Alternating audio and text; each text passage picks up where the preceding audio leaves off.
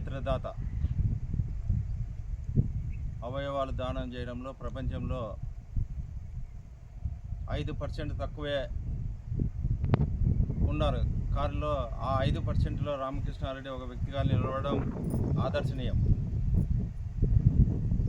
అవయవదానం తాను తర్వాత మరో జన్మకులో ఉన్న అనేక వేల మందికి చూపు కోల్పోయిన వారికి ఏదో విధంగా తాను కూడా సహాయపడాలని నేత్రదానం చేయడం జరిగింది.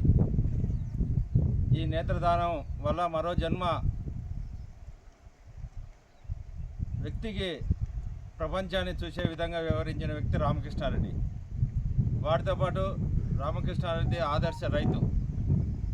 ఏదైతే వ్యవసాయంలో చాలా నైపుణ్యంగా పద్ధతి ప్రకారం శాస్త్రీయమైన ఆలోచన విధానంతో వ్యవసాయం కొనసాగించేవాడు.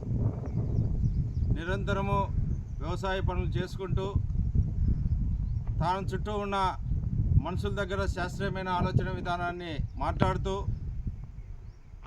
ఆదర్శంగా నిలిచిన వ్యక్తి రామకృష్ణారెడ్డి. ఆయన ఈరోజు చనిపోయి